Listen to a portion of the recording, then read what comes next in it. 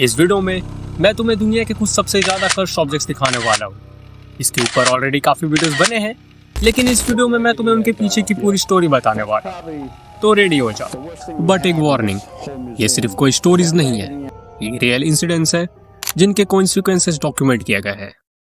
क्या तुमने कभी एक ऐसे बॉक्स के बारे में सुना है जिसे खोलने पे तुम मौत या डिप्रेशन का शिकार हो सकते हो? ये कोई एक नॉर्मल ऑर्डिनरी बॉक्स नहीं है, यह है द डिबुक बॉक्स। 2001 में पोलैंड के एक local antique store owner Kevin Mannis ने यह बॉक्स परचेज किया था एक ई-स्टेट सेल से। एक 103 साल पुरानी जो इस लेडी के घर से यह बॉक्स उसे मिला था, जिसका नाम था हबेला, और उसकी आखिरी इच्छा थी कि इस बॉक्स को कभी खोला ना जाए। लेकिन केविन ने इस वार्निंग को इग्नोर कर दिया और तब से शुरू हुआ कुछ ऐसा जो किसी ने कभी सोचा नहीं था। बॉक्स से घर आते ही चीजें बिगड़ने लगी, बल्ब खुद से फ्यूज होने लगे, दरवाजे खुद से बंद खुलने लगे, और सबसे डरावनी बात, केविन के सपने में हर रात एक भूत या औरत आई जो उसे घूरते रहती। फिर उसने इस बॉक्स को अपनी माँ को दिया, लेकिन तुरंत उससे स्ट्रोक आ गया। जब उसने इस बॉक्स को अपने दोस्तों में सर्कुलेट किया, हर किसी के साथ कुछ न कुछ बुरा होने लगा, जैसे accidents, financial loss, unexplained illness. उसके बाद बॉक्स का नाम पड़ा डिबुक बॉक्स। ये वर्ड जो इस फोकलोर से आया है। डिबुक का मतलब होता है एक इविल स्पिरिट जो किसी ऑब्जेक्ट में या इंसान में घुस जाती है। अभी के टाइम पे ये बॉक्स ऑफिशियली कर्स बन गया है।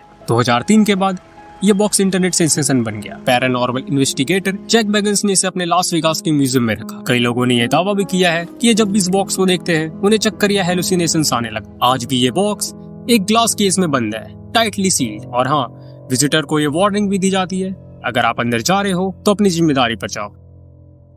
अगला श्रापित ऑब्जेक्ट है एनाबेल।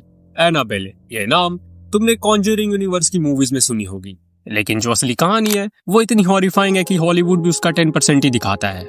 1970s में एक नर्सिंग स्टूडेंट जिसका नाम डोना था, उसको ये डॉल अपने बर्थडे में गिफ्ट के रूप में मिली, जो कि देखने में बहुत ही सुंदर और प्यारी सी डॉल लगती थी। लेकिन जैसे ही कुछ दिन बीतते हैं फिर चीजें बदलना शुरू हो जाती है। पहले ये डॉल अलग अलग जगह शिफ्ट होती थी बिना किसी एक्सप्लेनेशन के, कभी बेड के ऊपर, कभी लिविंग रूम के सोफा पर। डोना और उसकी रूममेट एजी ने पहले सोचा कि कोई प्रैंक कर रहा है, लेकिन फिर वो चिट्स मिलनी शुरू हुई, कुछ स्मॉल पेपर पीसेस पे जिस पे लिखा रहता था हेल्प अस, और ये चिट्स कभी किसी के हैंड राइटिंग से मैच ही नहीं हुई। फिर एक रात लोग उनका एक फ्रेंड रूम में आया, उसने फील किया कि उसके ऊपर कोई चढ़ गया है, लेकिन घर में कोई नहीं था सिवाय एनाबेले के। फिर उसे ऐसा महसूस हुआ कि उसके चेस्ट पर किसी ने हमला किया है। जब उसने टी शर्ट उतारा तो स्क्रैच के मार्क्स थे, वो भी 3। और इसके बाद ही इस कहानी में एंट्री होती है एडन लॉरेन वॉरेन की, जो कि काफी ज्यादा फेमस पैरानॉर्मल इन्वेस्टिगेटर्स थे। उन्होंने इस डॉल को चेक किया और उनका कंक्लूजन क्लियर था, इस डॉल में कोई भूत नहीं, ये एक डेमोनिक स्पिरिट है जो डॉल के जरिए कोई ह्यूमन खोज रही थी। उन्होंने बताया कि डॉल एक पोर्टल बन चुकी थी, एक दरवाजा जिसके जरिए कुछ डार्क एंटिटीज दुनिया में आना चाहती थी। आज भी एनाबेले डॉल वॉरेंस के ऑकवर्ड म्यूजियम में एक स्पेशल ग्लास के अंदर रखा हुआ है, जिसके बाहर एक वार्निंग भी लिखी हुई है, absolutely do not touch. Museum के केयरटेकर के मुताबिक जो लोग इस वार्निंग को इग्नोर करते हैं उनके साथ कुछ अजीब एक्सीडेंट्स होते हैं, कुछ चीजें हम कभी समझ नहीं पाते, और एनाबेले डॉल उसी मिस्ट्री का एक हिस्सा है। बसानो वास। ये कहानी स्टार्ट होती है 15th सेंचुरी इटली में। एक छोटी सी टाउन में एक ब्यूटीफुल सिल्वर वास एक ब्राइड को दिया गया उसकी वेडिंग नाइट पर, लेकिन रात होने से पहले ही वो लड़की मर गई। उसका लास्ट वर्ड था beware, death will follow the वास। लोगों ने इसे एक ट्रैजिक कोइंसिडेंस माना, लेकिन उसके बाद जो हुआ वो हर किसी के होश उड़ा देता है। वास को जब जब किसी ने अपने घर में रखा, विद इन अ वीक्स या मंथ्स उसकी डेथ हो गई। एक डॉक्टर ने जब इसे रखा, उसकी मिस्टीरियस तरीके से तबीयत खराब हो गई। जब एक बिजनेसमैन ने इसे रखा तो उसे हार्ट अटैक आ गया। एक हिस्ट्री ने इसे खरीदा, उसकी सडन एक्सीडेंट हो गई। सारे डेथ नेचुरल नहीं थे, बट उनका पैटर्न कहीं ना कहीं सिमिलर था। जैसे जैसे डेथ टोल बढ़ता गया, लोग वैसे दूर भागने लगे। एक टाइम आ गया जब इसे कोई भी खरीदने के लिए रेडी नहीं था। फाइनली कुछ लोगों ने इसे एक सील्ड बॉक्स में लॉक करके चर्च के बेसमेंट में डाल दिया, but peace didn't last long. इसकी फिर से रीडिस्कवरी हुई।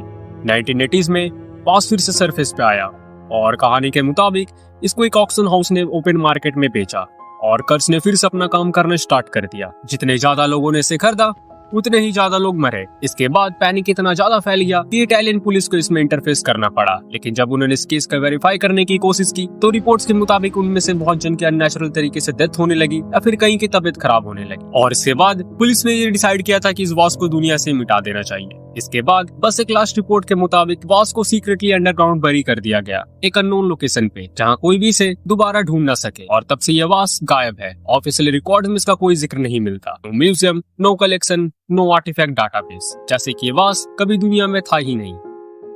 अब बात करते हैं टेराकोटा आर्मी के बारे में। 1974 ये एक आम दिन था चाइना के सांगसी प्रोविंस में, जब कुछ लोकल फार्मर्स जमीन पर वेल्डिंग कर रहे थे, लेकिन उनके टूल्स मिट्टी के नीचे कुछ हार्ड ऑब्जेक्ट से टकरा गए। कुछ ऐसा जो इंसान हिस्ट्री में टेरिफाइंग चैप्टर खोलने वाला था। ये था द टेराकोटा आर्मी। वो फार्मर्स जिन्होंने गलती से इस एंशिएंट साइट को खोजा, उनका सोचना भी मुश्किल था कि उन्होंने किंग सी हुआंग, चाइना के पहले एम्पायर के मैसिव अंडरग्राउंड टॉम को डिस्कवर कर दिया है। एक ऐसा टॉम जिसके अंदर 8000 से भी ज्यादा life size soldiers, horses and weapons line up है, जैसे कि किसी इनविजिबल वॉर का इंतजार कर रहे हो। और कहते हैं उन्हीं के साथ छुपी हुई है एक कर्स।